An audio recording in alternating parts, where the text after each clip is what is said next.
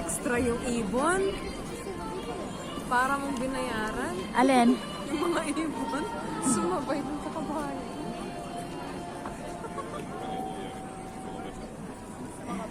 Kalabasa. Ano yan, baboy? Ay, baka naman yata.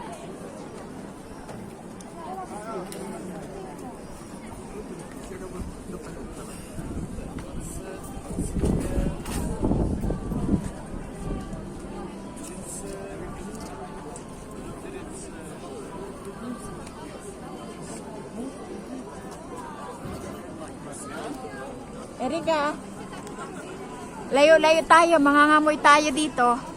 Mangangamoy tayong barbecue. Bango! Bango? At least may pabango. Oo, sa gitna meron parang fountain. Ah, ang ganda nga. O dahil nga